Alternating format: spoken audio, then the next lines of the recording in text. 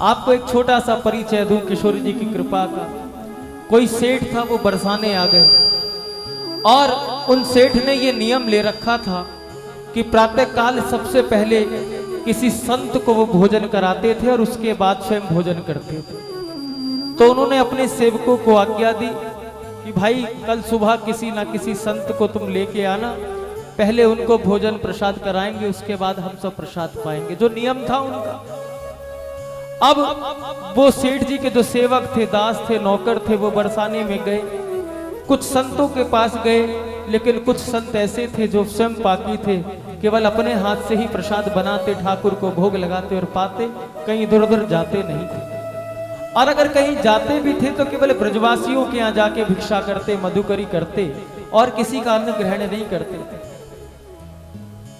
काफी समय बीत गया, उन्हें कोई संत ऐसा नहीं मिला जो उनके साथ जाके सेठ जी के यहाँ भोजन करे। अब बड़ी चिंता हुई कि संत कोई मिलेगा, मिल नहीं रहा है, उन्हें भी भूख लग रही है, सेठ जी भी भूखे हैं। अगर कोई संत नहीं मिलेंगे तो सेठ जी तो भोजन करेंगे ही नहीं और हमको भी भूखा रहना पड़ेगा आज पूरे दिन। तो उन्होंने बरसाने में एक भिखारी को उठाया, बड़े मैले कुचले कपड़े, भिखारी की स्थिति आप सब जानते हो। उसको पीले सफेद वस्त्र लपेट दिए, माथे पे तिलक कर दिया और संत का स्वरूप धारण करा के उसे सेठ जी के समक्ष ले गए। सेठ जी ने कहा संत भगवान आ गए? कि हाँ संत भगवान आ गए, विराज, इनको बैठाओ आसन पे। आसन पे वो भिखारी बैठ गया। भोजन की थाली आई, अभी थाली ही लगी थी और एक कटोरी में उन्होंने मीठा दलिया परोसा। नियम ये होता है प्रसाद पाने का कि जितना भी वस्तु प्रसाद में बना है, भोग बना है, सब थाली में आ जाए, फिर ब्रह्म अर्पण करके उसके बाद ठाकुर को प्रणाम करके फिर भोजन प्रसाद पाया जाता है। अब वो भिखारी कई दिन से भूखा रहा होगा, अभी एक कटोरी में मीठा दलिया ही आया था। सेठ जी और वस्तु मंगा रहे थे, इतने में सेठ जी क्या देखते हैं, उस भिखारी ने कटोरी उठाई और वो दलिया पूरा पी गया उस दलिये को। सेठ जी समझ गए कि ये कोई साधु नहीं है, कोई संत नहीं है, कोई नियम ही नहीं है इसका। अरे अभी तो परोसाई भी पूरी नहीं हो रही, इसने थाली झूठी कर दी, अभी तो इसने प्रभु को भी निवेदित नहीं किया, पहले अपने आप ही पूरा दलिया पी गया। सेठ जी समझ गए कि कोई संत नहीं है। सेठ जी ने कहा उठ, खड़ा हो, खड़ा हो, कहां से आ गया है तू? वापस निकल, बाहर निकल यहां से, तेरे लिए कोई प्रसाद की व्यवस्था नहीं है, नकली साधु बन के डोलता है, ऐसा धर्म करता है, निकल जाए यहां से, तेरे लिए कोई व्यवस्था नहीं है भोजन की। वो भिखारी चला गया रोता बिलखता भूखा। सेठ जी ने सोचा, किशोरी जी से प्रार्थना की, किशोरी जी आज कोई संत मिला नहीं है, कल मैं जाऊंगा स्वयं किसी संत की खोज में, लेकिन आज आप कृपा करें, अगर आप कृपा करें तो मैं थोड़ा प्रसाद पा लूं, दोपहर होने को आई है।